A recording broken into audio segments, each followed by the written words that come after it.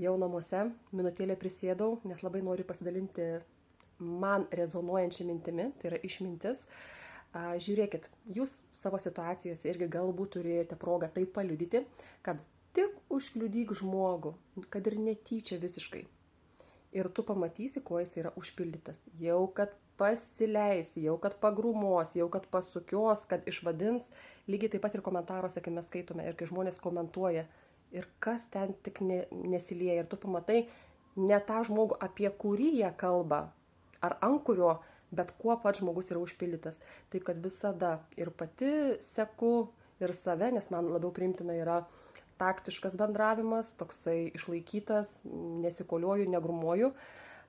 Ir man tai labai rezonuoja su kitais žmonėmis, nes būna tikrai situacijų, kad tu gali netyčia, kad ir su mašina užkišti ar kažką, ir jeigu tau pradeda ten varyti, sukioti, tu pagalvoji, Dieve žmogau, taigi visko gyvenime būna. Užuot nusišypsojęs, tu imi grumoti, kitą taisyti, dar labiau stresą varyti ir taip toliau. Na ir kas toj situacijai laimi?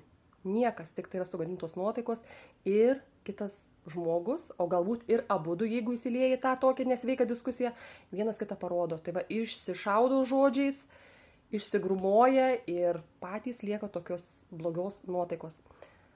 Tai va tiek, tokia tai išmintis. Pasižiūrėkime, kuo esame pripildyti, užuot rodę į kitus.